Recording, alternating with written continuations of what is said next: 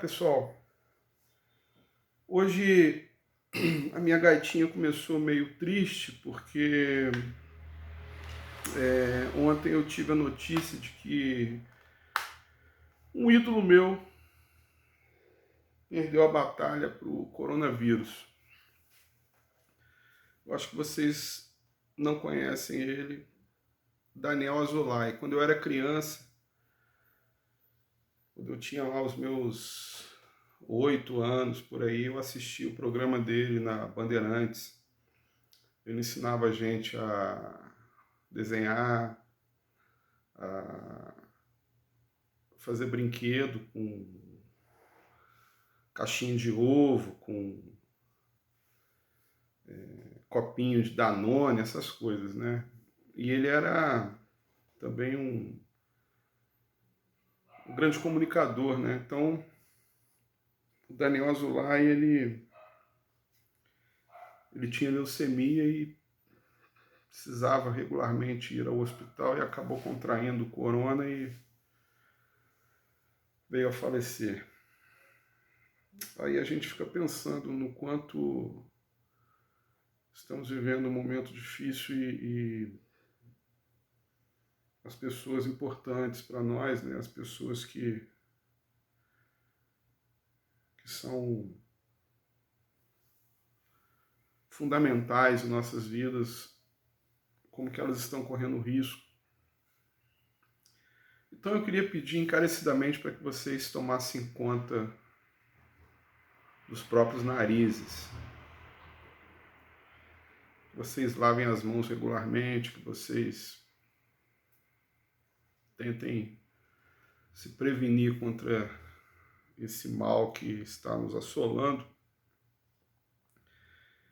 E que eu volto a dizer, eu quero acreditar que isso vai ser passageiro e que daqui a pouco a gente vai se reencontrar.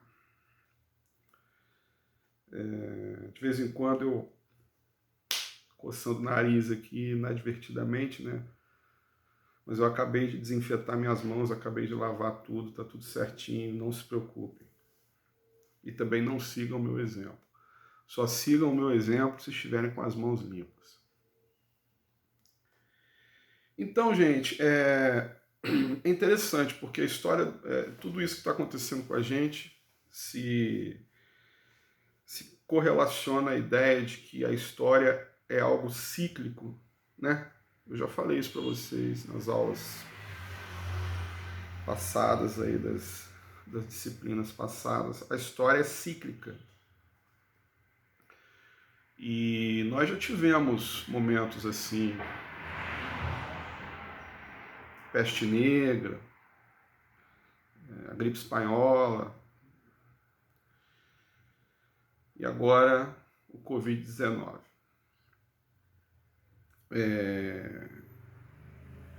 Então isso nos leva a pensar na importância que a história tem dentro de toda essa configuração endêmica que estamos vivendo, né? A história do mundo. E a literatura, ela pode ser muitas coisas. E uma das coisas que a literatura justamente se refere à ideia de registro, a ideia de, não mero registro, mas a ideia de se tornar visceral o registro da passagem do homem por sobre a terra. O registro que a literatura faz é algo fundamental, sui generis. E é por essas e outras que nós estamos aqui estudando essa disciplina, literatura. E como eu falei ontem para vocês, hoje a gente vai tentar meio que misturar algumas instâncias, né? De que maneira? A gente vai tentar falar com vocês um pouquinho sobre o romantismo na Europa e também um pouquinho sobre o Machado. que o Machado foi para o Brasil, o Machado foi a potencialização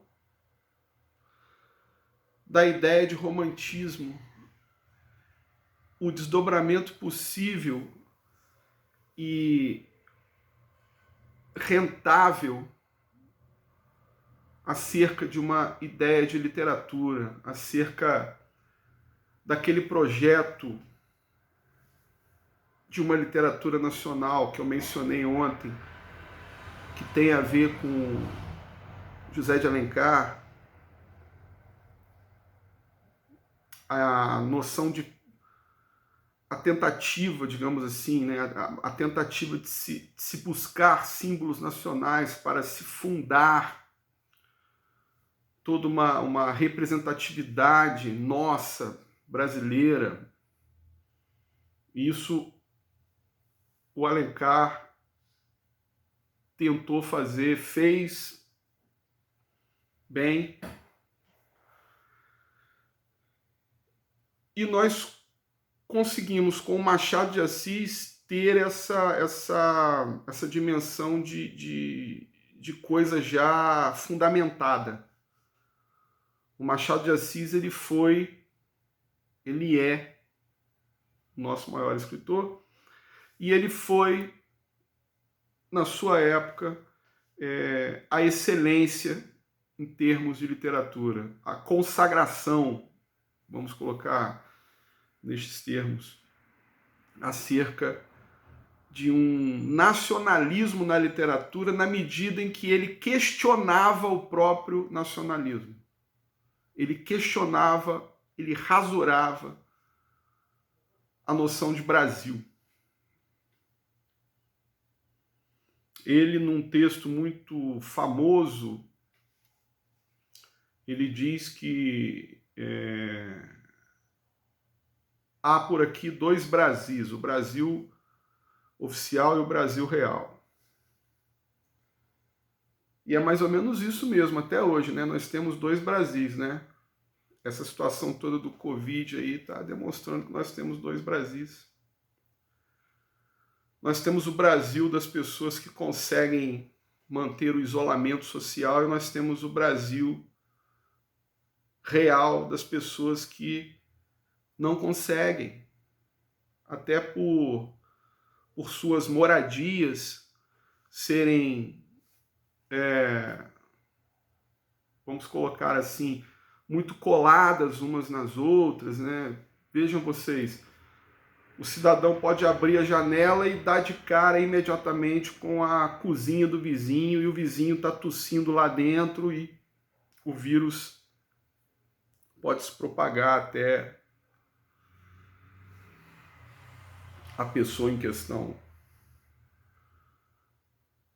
O Machado, ele cita isso quando ele faz a sua análise sobre o Brasil, a sua análise arguta sobre o Brasil.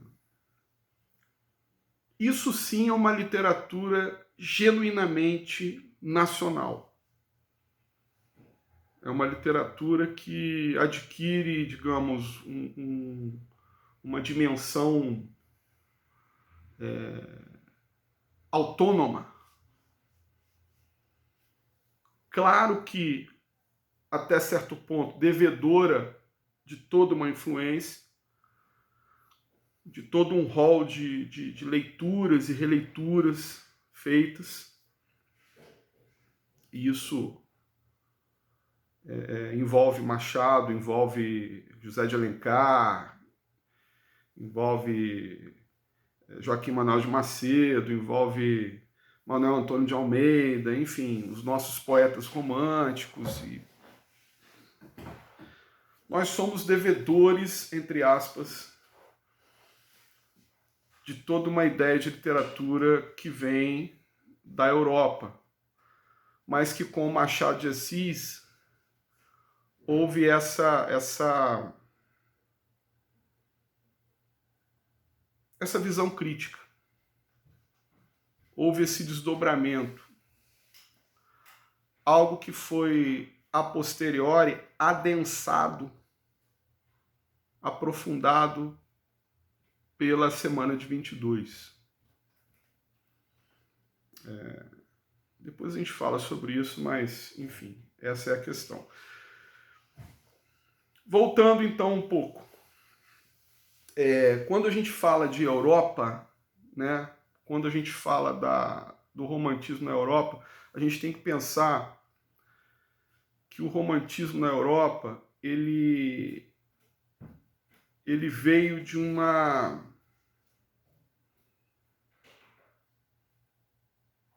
uma caminhada interessante.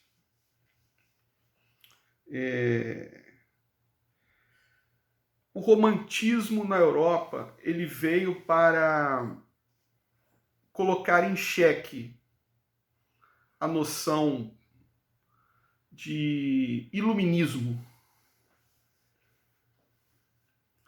Ele veio para colocar em xeque uma noção de racionalismo exacerbado. E ele veio para firmar, vamos colocar assim, firmar a noção de nacionalismo, a exigência de uma ideia de nacionalismo. Olha que interessante. No caso brasileiro, isso também aconteceu, não é verdade? Isso aconteceu no século XIX.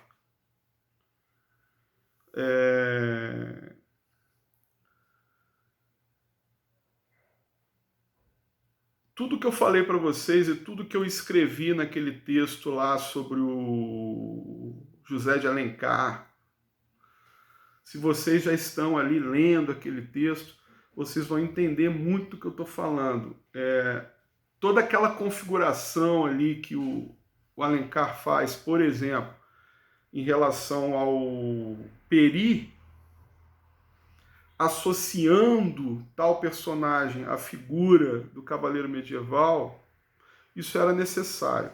Agora vamos deixar o Peri quieto por enquanto, vamos deixar o Alencar um pouquinho na dele, e vamos lançar o nosso olhar um pouco mais sobre a questão da Europa. Olha que interessante. Então,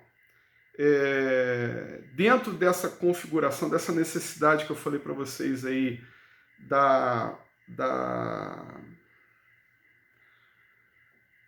busca por um nacionalismo, olha só que interessante, a gente tem que pensar na Alemanha. Então, olha que coisa, a data é 1774. 1774. Se existe uma data que demarque, vamos colocar assim, a fundação, não sei se esse termo ele está bem ajustado aqui, mas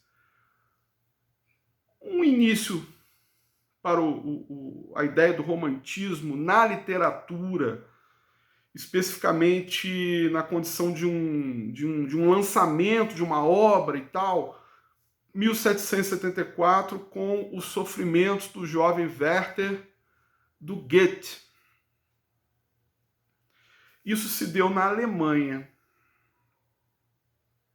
Então vejam vocês, na Alemanha, a gente tinha lá na Alemanha o movimento dos idealistas alemães. A gente teve lá o idealismo alemão. O idealismo alemão tem uma imagem muito interessante, que é do Caspar David, que é uma imagem assim, vocês já devem ter visto essa imagem, eu acho que eu já até mostrei essa imagem para vocês, é de um lorde, um homem, né? Um sujeito com fraque, uma bengalinha, aquele estilo flaner, né? Aquele estilo consagrado do Lorde, diante de uma montanha, ele diante de um abismo e de costas. Eu vou tentar colocar a imagem aqui para vocês como um arquivo, para vocês darem uma olhada. Então essa imagem, ela diz muita coisa, né? Quando a gente pensa em romantismo, então, num primeiro momento, vem à nossa mente a noção de idealização e arrebatamento. A gente olha para essa imagem do Caspar David e a gente pensa, nos vem à mente romantismo, idealização e arrebatamento. Idealização no sentido de que o homem ele estava sendo levado não mais a uma questão de racionalismo. Ele estava sendo levado a uma questão de sentimento. Ele estava sendo convidado a realizar um mergulho no eu profundo dele, no eu profundo. Parafraseando Fernando Pessoa, né? Muito tempo depois, Fernando Pessoa, início do século XX, né? Ele escreve lá o eu profundo e os outros eus. Romantismo, essa coisa do eu profundo. Esse eu profundo estava ali junto com outros eus também, né? Porque o ser humano é repleto de eus. Mas, enfim, vamos pensar na profundidade do ser, uma profundidade filosófica, né? Idealização. E o arrebatamento? O arrebatamento se dá na medida em que a gente mergulha nisso com força, com vontade. Olha que interessante essas duas constatações aí sobre a ideia de romantismo europeu, então, no seu momento fundacional. Deixa eu tomar uma aguinha aqui, porque senão eu não consigo falar. Com licença.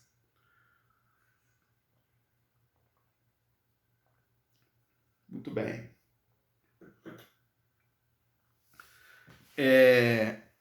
Então tá, gente, olha só. Vamos dar um break aqui, então.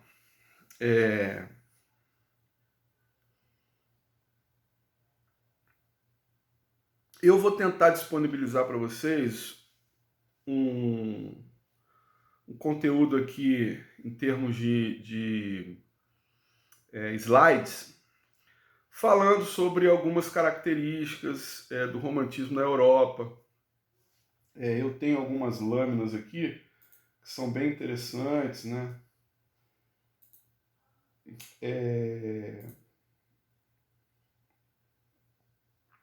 Que fala sobre algumas figuras essenciais aí do período e tal. Eu acho que isso é importante para que vocês consigam também, através de uma visualização aí dos slides, terem acesso a toda essa configuração das características do período, porque de nada vale também eu ficar falando aqui igual um robozão e vocês não terem nada para poder se apoiar em termos de conteúdo. Então eu vou mandar isso para vocês também, tá? Não se preocupem. Então vocês estão anotando aí, eu já tenho duas coisas para mandar hoje para vocês, né? Tenho a imagem do Caspar David e tenho esse conteúdo aqui de slides. Ok. Então o que eu queria deixar configurado para vocês hoje aqui em termos de início do romantismo na Europa, é isso, essa coisa da ideia de nação, né? Essa ideia de formação de uma nação, o modo como o romantismo ele entrou nesse sentido, oferecendo elementos para que isso ocorresse, elementos literários, mas que tivessem uma ligação direta com essa questão da importância de uma ideia de nação. Olha que coisa interessante. Eu estou aqui falando com vocês sobre a individualidade, né? Essa coisa do artista individual, mas ao mesmo tempo essa individualidade ela leva a uma ideia de coletividade.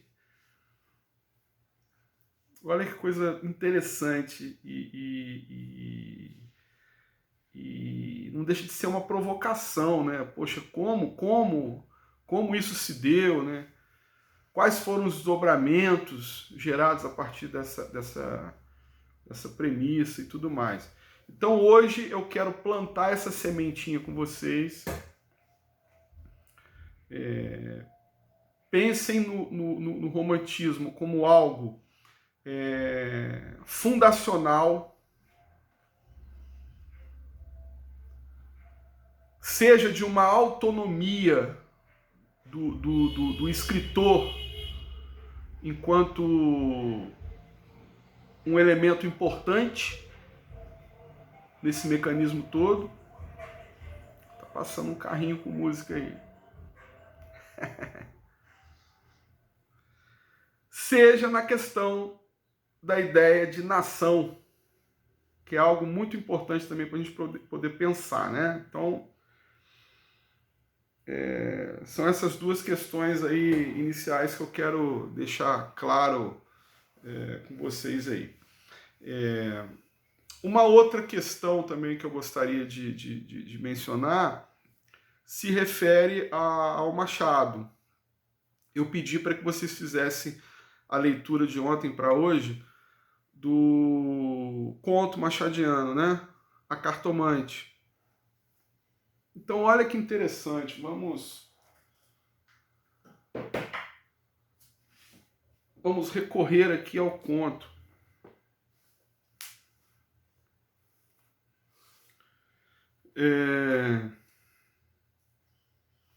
Deixa eu ver quanto tempo de vídeo eu já tenho. 23 minutos.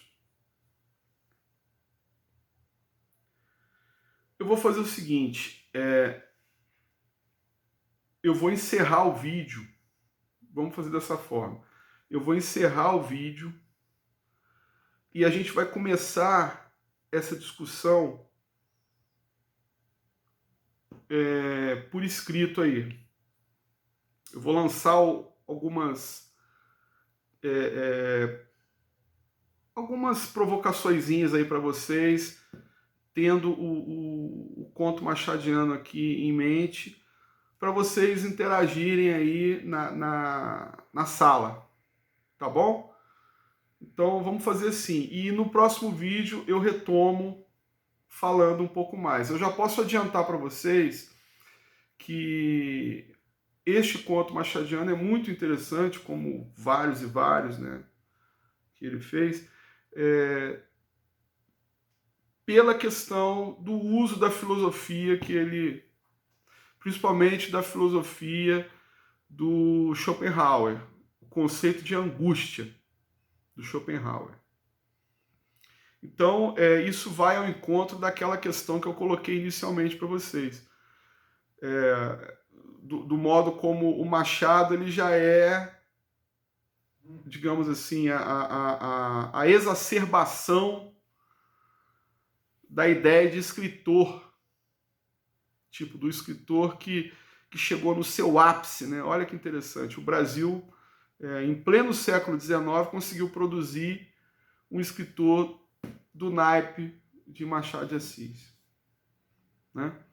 Bom, Vamos continuando então com as nossas questões aqui, com os nossos desdobramentos, né? Este foi o vídeo de hoje. Agora eu me dirijo especialmente para a Mábia. Olha só, Mábia, eu comprei para você aqui de presente uns cordéis que teve um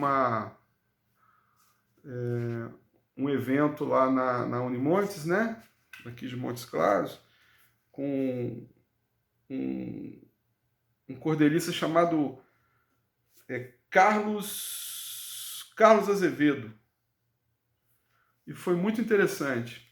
Me lembrei muito de você. Aí eu comprei aqui uns cordéis. Aí quando a gente tiver a oportunidade eu te entrego de presente. Por favor, não fiquem com ciúmes, tá? O restante da turma.